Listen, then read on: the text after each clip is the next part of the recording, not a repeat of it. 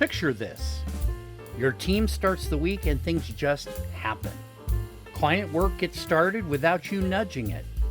A task gets completed and the next person is notified automatically. Someone spots a flaw in a system and updates it before it becomes a fire. You're not chasing anyone, you're not repeating yourself, and you're definitely not stuck playing air traffic controller. This is what momentum feels like. And it's the reward for doing the hard part first, getting your business out of your head, building real systems, and designing a business that doesn't need constant babysitting. Today's episode is about finishing that journey. You've documented, you've mapped, you've built part of a playbook. Now it's time to let those systems run their full course. Welcome to episode 204, From Systems to Momentum. Good day and welcome to the Budding Entrepreneur Podcast. I'm your host, Randy Bridges. In each episode, we dive into practical business strategies that you can put to work in your business right away.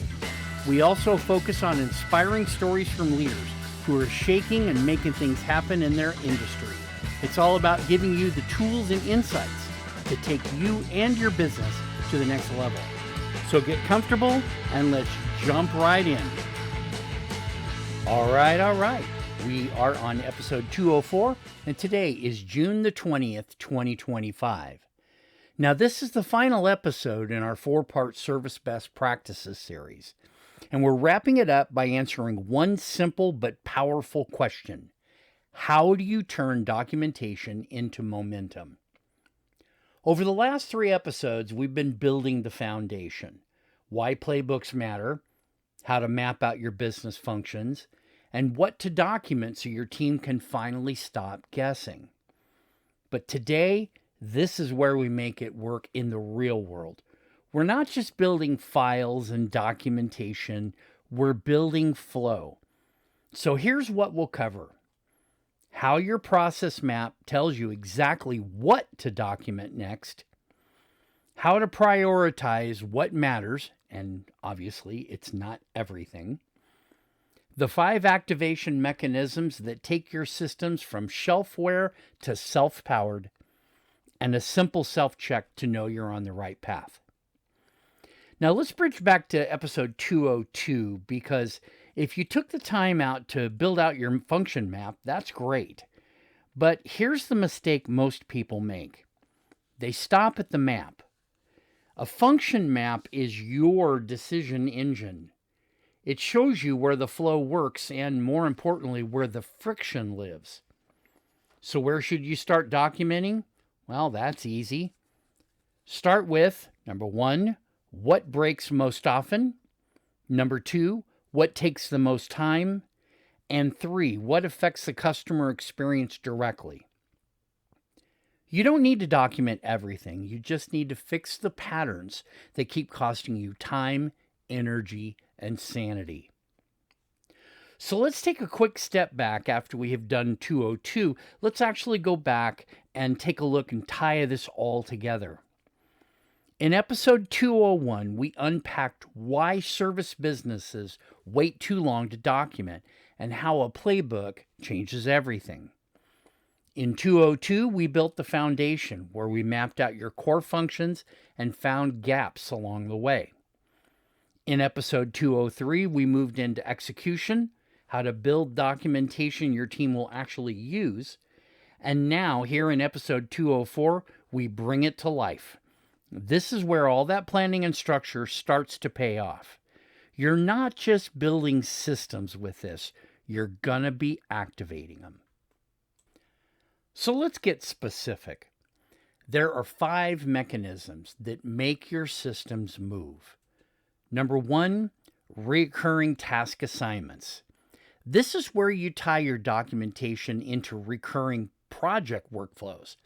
For example, every Monday, the onboarding checklist appears for your admin. It's auto-filled and ready to go. There are no questions of where to start, what to do, and where to go. Number 2 is trigger-based handoffs. And this is the thing that I see most companies are missing.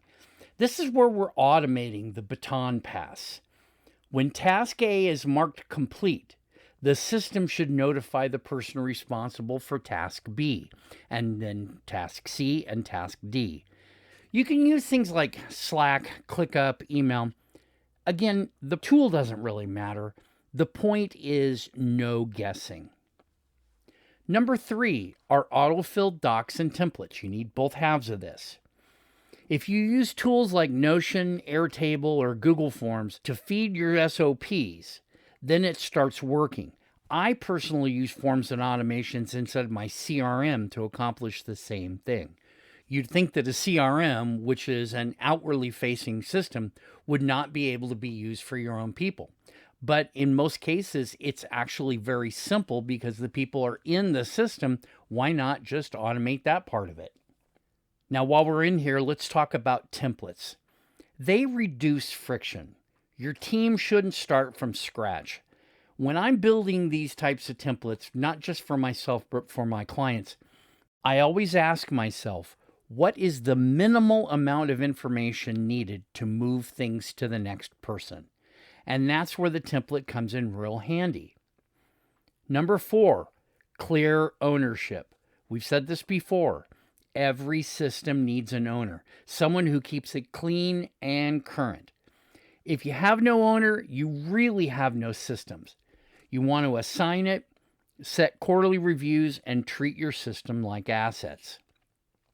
And number 5, feedback loops. Here's the thing. Systems break. But if you're listening, they don't stay broken. If you build in short retrospectives throughout the process, you gain several different benefits. Most importantly, was to answer the question, was this process clear? If not, kick things back to the owner of the process and rebuild or restructure. And finally, what could we improve here? Again, the owner becomes the key. Let's do a quick mini case study of an agency reboot, and it's a real-world example of clients that I have. Jason runs the operational side of his consulting agency. He was doing everything from writing proposals to client delivery. His team, they were constantly waiting on him. He and I started working together by mapping out his business functions. Then we started collecting the 3 high-friction processes that he was noting: client onboarding, proposal creation, and project kickoff. We made each one to become a recurring task with links to the templates and SOPs. Now, he added Slack triggers for handoffs.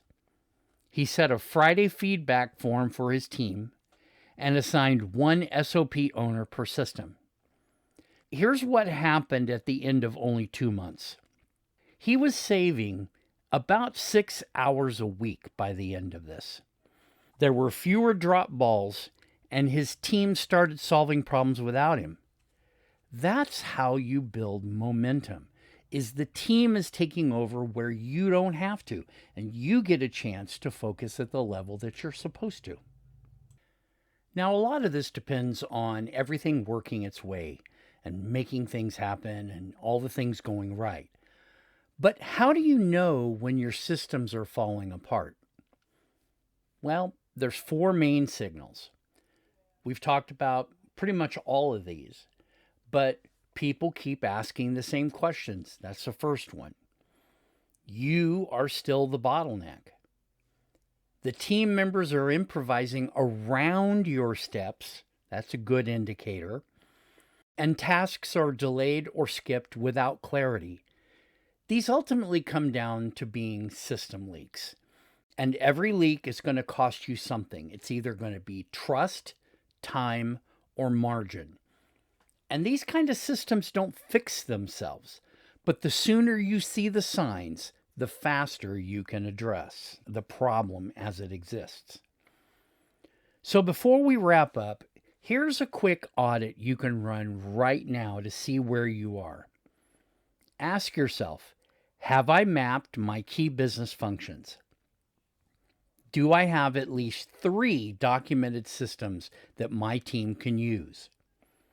Is my team using them without me reminding them constantly? and what's ready to automate, delegate, or improve next. Now, if you answered yes to the first three, you've got traction, so let's keep building from there. In closing, you can't scale documentation, but you can scale execution. That's how you build a business that moves on its own so you don't have to drive everything. Here's what that looks like. You wake up on Monday and the work has already started. Proposals are sent, projects are moving, clients are informed. The team isn't waiting on you. They're moving without you, confidently, clearly, and aligned as a team. You're not managing the chaos, you're guiding the growth. And that's the future that we've been building towards in this series. Because when managed structure is in place, you get your time back. When feedback is built in, your team gets stronger. And when automation kicks in, the machine keeps moving even when you step away. That's not a dream. It's what happens when your business shifts from memory to momentum. Now you have the map, the tools, and the systems to make all of this real. If you haven't done this so far, go back to episodes 201 through 203, listen to them again, and dig into the homework that each one of them gives you. I guarantee you, your business as a whole will see tremendous benefit as a result of automating and streamlining most of what you do. That's it for this episode. I hope you picked up some valuable insights and maybe even sparked a few new ideas. If you want to keep the conversation going or maybe even explore partnerships, don't hesitate to reach out. And hey, don't forget to subscribe, leave a review, and share this with someone who needs to hear it. The steps you take today could be the start of something big tomorrow. For the budding entrepreneur, I wish you the best in your health, your wealth, your business, your family, everything about you. Take care, and we'll see you back here next week.